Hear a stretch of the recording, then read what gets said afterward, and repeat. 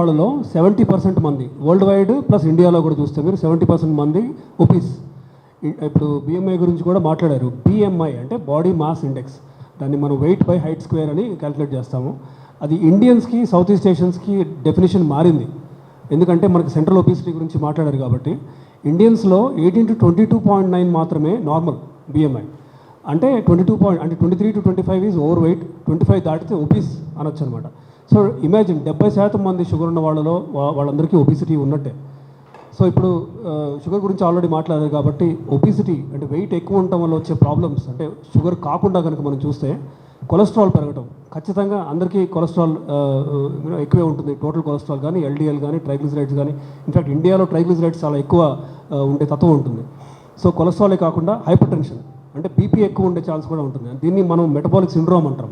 ఈ క్లస్టర్ని బీపీ ఎక్కువ ఉంటాం, షుగర్ ఎక్కువ ఉంటాం అండ్ కొలెస్ట్రాల్ ఎక్కువ ఉంటుంది, మెటబాలిక్ సిండ్రోమ్ ఎక్స్ అంటాం.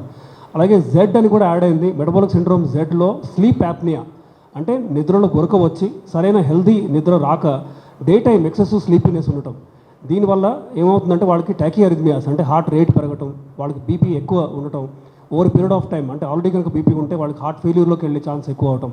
ఇట్లా ఇవే కాకుండా musculoskeletal problems, arthritis, osteo arthritis చాలా త్వరిత రూపంలో రావటం. అంటే ఎప్పుడో 60s వచ్చే ఆస్టియో ఆర్థరైటిస్ బరువు వల్ల 40s రావటం. విటమిన్ డి కానీ, కాల్షియం కానీ వీటి అబ్జార్ప్షన్ తగ్గటం. అట్లా దిర్ ఇస్ నో లిమిట్. అంటే ఇప్పుడు హార్టే కాకుండా ఇన్ఫ్యాక్ట్ కిడ్నీలో కూడా ఫోకల్ సెగ్మెంటల్ గ్లోమరులోస్క్లెరోసిస్ అని ఒక కిడ్నీ కండిషన్ కూడా ఉంది. అంటే కేవలం ఒబిసిటీ వల్ల కిడ్నీ ప్రాబ్లమ్స్ కూడా రాగలవు. సో ఇన్ఫ్యాక్ట్ ఇప్పుడు ప్యాంక్రియాస్ గురించి మనం ఆల్రెడీ డిస్కస్ చేశాం. సో బాడీలో ప్రతి ఆర్గాన్ ఒబిసిటీ ఫ్యాట్ వల్ల ఎఫెక్ట్ అవుతుంది. సో ఫ్యాట్ని మనం అంత లైట్గా తీసుకోలేము. It is important. అందరూ బిఎంఐ బాడీ మాస్ ఇండెక్స్ని 22కి తీసుకురావడం అనేది చాలా ఇంపార్టెంట్. నేను ఒక 2-3 మ్యాటర్స్ చెప్తాను. ఈ చిన్నపిల్లల్లో వెయిట్ ఇంక్రీజ్ అనేది ఇవాళ మెయిన్ ప్రాబ్లం. ఒక ఏజ్ దాటిన తర్వాత వెయిట్ రావడం అన్నది కూడా మంచిది కాదు. కానీ చిన్నపిల్లల్లో స్కూల్స్కి వెళ్ళే వాళ్ళల్లో వస్తే అది లైఫ్ లాంగ్ వెంటాడుతుంది. దీని మీద మనం చాలా స్ట్రెస్ చేయాల్సి ఉంటుంది. ఇందాక నేను చెప్పినట్టుగా పిల్లల్లో వస్తే అది ఫ్యాట్ సెల్స్ మల్టిప్లై అవుతాయి. పెద్దవాళ్ళల్లో వస్తే ఫ్యాట్ సెల్స్ మల్టిప్లై అవ్వదు, ఫ్యాట్ సెల్స్లోకి వెళ్తుంది. కానీ చిన్నపిల్లల్లో వస్తే ఏమవుతుందంటే సెల్స్ కూడా మల్టిప్లై అవుతాయి. అంచేత వీళ్ళకి తర్వాత వెయిట్ కంట్రోల్ చేయడం అనేది చాలా డిఫికల్టీ వస్తుంది. మన సొసైటీలో మీకు తెలుసు ఇవాళ ఈ బిల్డింగ్స్ కట్టడము, ఆడుకునే ప్లేస్ లేకపోవటము, ట్యూషన్స్ మీద చాలా ఇంపార్టెన్స్ ఇవ్వటము, చిన్నప్పుడే వాడికి పెద్ద అయితే నువ్వు ఐఐటీలో చేయాలి, యూఎస్ వెళ్ళాలి, ఎంఎస్ చేయాలి, దానికోసం ఈ ర్యాట్ రేస్లో వీళ్ళని పెట్టడం వల్ల కొన్ని మీకు తెలుసు చాలా అగ్రెసివ్గా పిల్లల్ని చదివించే కార్పొరేట్ కాలేజెస్ కూడా వచ్చి అవి కూడా కొంత కంట్రిబ్యూట్ చేసే ఈ ఫినామినాకి. వీళ్ళు ఏంటంటే పిల్లలకి ఆడుకునేందుకు అన్నది ఒక టైం లేకుండా వాళ్ళకి అసలు ఇంకొక మాట లేదు. పొద్దున్న లేస్తే ల్యాప్టాప్ ముందో కంప్యూటర్ ముందో కూర్చోవడం, చదవడం, బట్టి కొట్టడం, వీటి వల్ల ఏమైందంటే బాడీకి ఫిజికల్ యాక్టివిటీ లేదు. రెండోది ఏమైందంటే ఓవరాల్గా సొసైటీలో ఒక ఫైనాన్షియల్ కండిషన్ ఇంప్రూవ్ అయింది. ఒక 40 years 50 years వెనకాతల కంటే ఇప్పుడు ఫైనాన్షియల్ స్టేటస్ ఇంప్రూవ్ అవ్వడం వల్ల వీళ్ళకి ఏది కావాలంటే అది తెచ్చి పెట్టడం, డివైజెస్ తీసుకురావడం, ఆ ఉన్న కొంచెం నిమిషం కూడా టైం ఉన్నది, ఫ్రీ టైం ఏమైనా ఉంటే స్టడీస్ నుంచి అది డివైస్ చూస్తూ దాంట్లో యూట్యూబ్ ఇంకోటో చేస్తూ ఉంటాడు, కానీ ఫిజికల్ యాక్టివిటీ ఉండదు.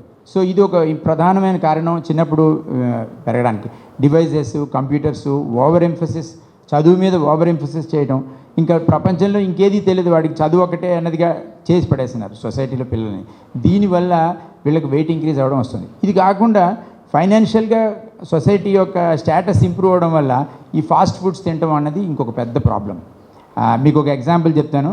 జపాన్లో అసలు డయాబెటీస్ చాలా తక్కువ ఉండేది ఒక 40-50 years వెనకాతల. ఎప్పుడైతే ఈ అమెరికన్ ఫాస్ట్ ఫుడ్ కంపెనీస్ జపాన్లోకి ఎంటర్ అయ్యాయో, ఎక్కడ పడితే అక్కడ జాయింట్స్ పెట్టేసరికి ఇప్పుడు జపాన్లో కూడా డయాబెటీస్ ఒక పెద్ద ప్రాబ్లం, వెయిట్ ఇంక్రీజ్ ఒక పెద్ద ప్రాబ్లం. సో ఏంటంటే ఈ ఫాస్ట్ ఫుడ్స్ని, ఈ ఓవర్ ఎంఫసిస్ ఆన్ స్టడీస్ని డిస్కరేజ్ చేయాల్సిన అవసరం చాలా ఉంది. వాళ్ళకి మినిమం ప్రతి పిల్లాడికి ఒక 1 hour ఫిజికల్ యాక్టివిటీ రోజు ఉండాలి అన్నది ఎంఫసైజ్ చేయడం చాలా important. I will now ask doctor Surender Ugale. He is a very well known bariatric surgeon. ఈయన ఒబేసిటీకి ట్రీట్మెంట్లో what is the role of surgery చెప్తారు. Thank you. So obesity is like is the mother of so many ailments, because as आपको हिंदी या English में बोले? Okay, English है। अगर हिंदी में बोलना है तो आप बताइए। So obesity, as I said, is like the mother of all ailments. It is connected with in ladies infertility, ovarian cyst problems, fatty liver, which is becoming a huge problem nowadays, because with fatty liver, if it goes on increasing, it leads to cirrhosis. There are problems like was mentioned, sleep apnea, sleep problems, acidity is there, heart problems. So diabetes is very major with that. High blood pressure, failure of the kidney. So and then because of weight, there are problems and pressure on the knees. So they have problems of knee joints and later need knee replacements. Obesity also is linked a lot with cancer. That is something that people forget. And now we are seeing more and more analysis and data that cancer is linked very strongly with obesity. So if you want to keep things simple, if obesity, as was explained, is calculated with the BMI, excess weight, if the BMI is not very high, people have to use lifestyle changes. Everyone has to be accountable for their own health. With COVID, we have seen also, people have become a little more conscious. So whether it is diet and nutrition, which she will talk about, daily exercise, at least 15 minutes, 20 minutes, half an hour, something like that. Third thing is the mind. I think people forget the importance of the mind. If that is not handled, people have so much of stress, they have depression, low self-esteem, and all these are actually increasing the factors of obesity, diabetes, blood pressure, everything. Now, if obesity is a lot, suppose somebody has excess weight of 40 kilos, 50 kilos, 80 kilos, they of course can try some diet and everything, but exercise is not easy for them. They have breathlessness if they exercise. If they use any, except for cycling and swimming, any other exercise can hurt their knee joints. So when they are at that stage, we explain to them that bariatric surgery is the best method option for effective weight loss. You get the best weight loss in 4 to 6 months. You get the best maintenance of weight loss if you choose the right type of operation, because there are different types of operations. These are all done with a laparoscope. Small incisions, no big abdominal incisions. Hospital stay is 2 days or 3 days. Walking is allowed immediately. Bed rest is not required. So they can be active and back at work in a week's time. So bariatric surgery can be used very effectively. It can be done very safely. And with all the advances in the equipment, it is bloodless. We don't even need the use of blood anytime for bariatric surgery. So if bariatric surgery is done, they can control and remove so many of these ailments. Fatty liver goes, heart problems become safer. Heart disease won't go away, but it will become much safer. Diabetes, if operated early, will go away. Blood pressure will go away. Cholesterol, triglycerides, knee joint issues. So these are the advantages of doing it. In children, when we see obesity is so high, of course, it has to be natural lifestyle changes, advice from physicians, nutritionists.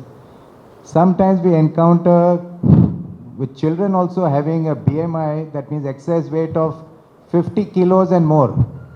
So even at young ages, we can operate them safely. So in short, bariatric surgery can be a very safe option.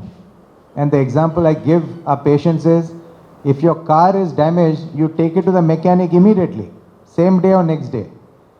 your body is getting hurt and damaged inside for years and years. But people don't realize that. So this awareness can be created and helped a lot by all of you in society. Because even now, not only in India, but all over the world, hardly 1% or 2% of the people who should have bariatric surgery come for bariatric surgery. 95%, 98% still wait and they damage themselves more and more. So the message is, can be done safely, very effective, and with all the advances, it is a very, very good option to control all this. Thank you. Sir, I'll ask you one question. Sure. After bariatric surgery is done, what are the precautions a person should take to prevent recurrence again? Briefly. Yeah. So You all know that India is Telugu no? Telugu better? Huh? Yeah. Okay. Okay. I'll do it in English. Try to mix both Telugu and English. So మనకి ఇప్పుడు భారతదేశంలోని diabetes చాలా ఎక్కువ prevalence ఉంది అన్న విషయం మీ అందరికీ తెలుసు. సో దాంట్లో one of the important reason is obesity. Okay, ఇప్పుడు ఏంటంటే ఈ type 2 diabetes it is an imbalance between demand and supply. Demand అంటే lack of physical activity, taking too much of refined foods, stress and tensions in life, repeated pregnancies in women, steroids and certain drugs. These are all demands on what? They are all demands on the pancreas. Okay? When the demand increases, the supply has to increase. So demand పెరిగినప్పుడు supply పెరగాలి, demand పెరిగినప్పుడు supply పెరగాలి. ఓ stage వచ్చినప్పుడు ఈ రెండింటికి మధ్యన imbalance వచ్చినప్పుడు మనకి ఈ సో కాల్డ్ టైప్ 2 డయాబెటీస్ వస్తుంది. ఆ ఇంబ్యాలెన్స్ ఏ విధంగా వస్తుంది? ఒబేసిటీ వల్ల వస్తుంది. సో మనకి ఇప్పుడు బాడీ మాస్ ఇండెక్స్ అనేది క్యాలిక్యులేట్ చేస్తాం, మనందరికీ తెలుసు కదా. దాంట్లో ఒక కాకేషియన్ని తీసుకుని ఒక ఇండియన్ని తీసుకుని కంపారిజన్ చేస్తే ఇద్దరికి ఒకే బాడీ మాస్ ఇండెక్స్ ఉన్నప్పుడు, సో ఇద్దరికి బాడీ మాస్ ఇండెక్స్ 21 ఉన్నప్పుడు మన ఇండియన్స్కి ఉండే ఫ్యాట్, సార్ చెప్పినట్టు మన ఇండియన్స్కి ఉన్న ఫ్యాట్ పర్సంటేజ్ చాలా ఎక్కువ ఉంటుంది. దానివలన there is something called insulin resistance. Insulin resistance అంటే అర్థం ఏంటంటే మనకి శరీరంలోని అన్వాంటెడ్ ఇన్సులిన్ ఎక్కువ ఉంటుందన్నమాట. మనకు అవసరం లేని ఇన్సులిన్, ఓకే, పని చేయని ఇన్సులిన్ అది ఎక్కువ ఉంటుంది. దానివలన ఓవర్ వెయిట్ వస్తుంది, కొలెస్ట్రాల్స్ పెరుగుతాయి, ట్రైగ్లిజరైడ్స్ పెరుగుతాయి, బీపీ వస్తుంది. లేడీస్లో గర్ల్స్లోని మనము పాలిసిస్టిక్ ఓవేరియన్ డిస్ఫంక్షన్ అని చూస్తాము. సో ఇవన్నిటికీ కూడా root cause obesity, insulin resistance.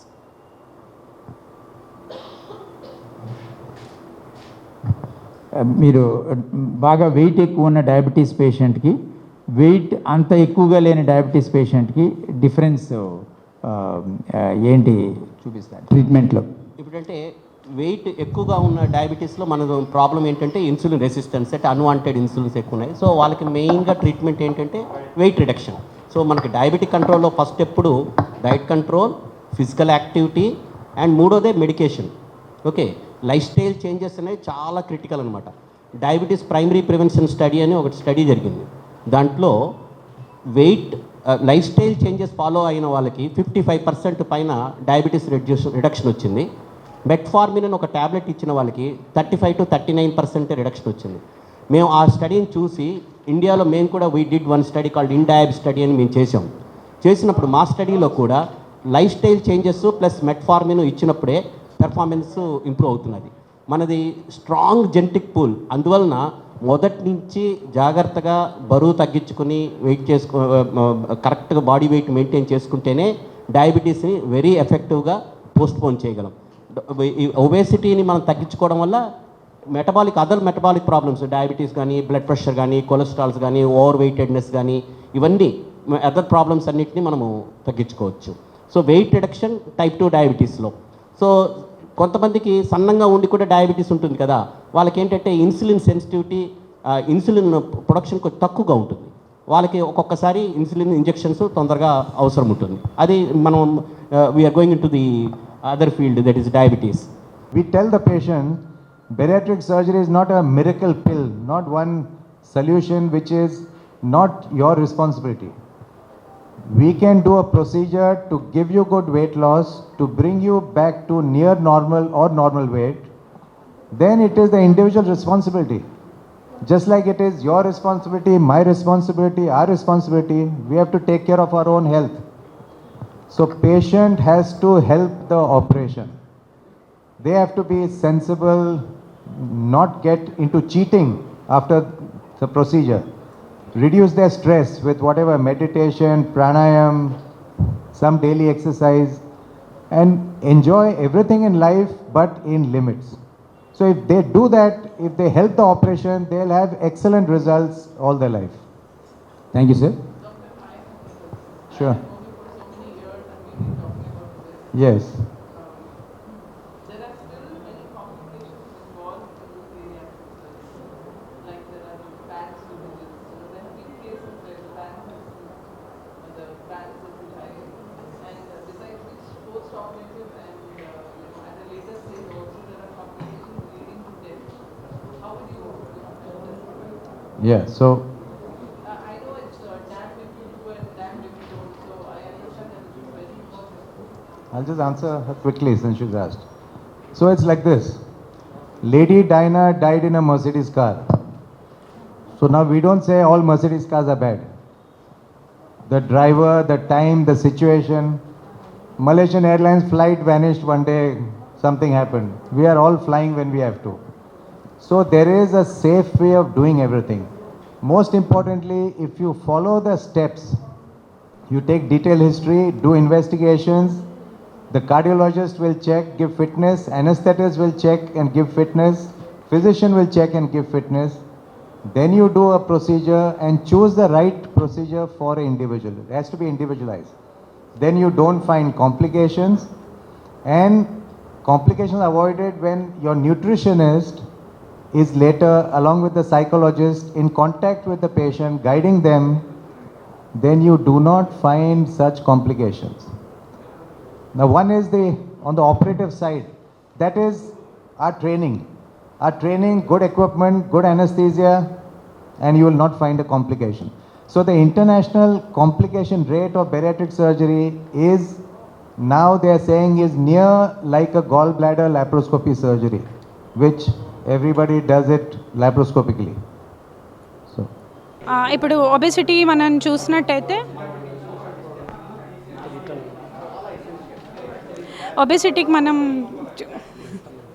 Obesity మనం చూసినట్టయితే ఇట్లా ఫేస్ చేయాలా ఒబెసిటీ మనం చూసినట్టయితే ఇప్పుడు పిల్లల నుంచే స్టార్ట్ అవుతుందండి. మనం ఎలాంటి ఆహారం పెట్టామన్నది ఇంపార్టెంట్. సో ఆహారం కనుక ఫ్రైస్, కూరగాయలు అన్ని రకాల ఫ్రైస్ తీసుకుంటూ ఉంటాం మనం. బెండకాయ ఫ్రై, దొండకాయ ఫ్రై లేనిది ఇళ్లలో కూరలు జరగట్లేదు ఇవాళ రేపు. సో అలాంటి ఫ్రై ఫుడ్స్ తినడము, బయట ఫుడ్ తినడం, వీటి వల్ల ఏమవుతుందంటే పిల్లల్లో fat cells, number of cells అనమాట, ఫ్యాట్ సెల్స్, అలాగే ఫ్యాట్ సెల్స్ ఇంక్రీజ్ అవుతాయి. సైజ్ ఇంక్రీజ్ అవుతాయి, నెంబర్ ఆఫ్ సెల్స్ కూడా ఇంక్రీజ్ అవుతాయి. అయితే మనము తెలుసుకున్నది ఏంటంటే రీసెర్చ్ ద్వారా ఈ ఫ్యాట్ సెల్స్ ఏవైతే ఉంటాయో అవి సంవత్సరానికి 10% మాత్రమే శరీరాల్లో నుంచి డిస్ట్రాయ్ అయిపోతాయి. సో మిగతా ఫ్యాట్ సెల్స్ అన్నీ అట్లాగే ఉండిపోతాయి అన్నమాట శరీరంలో.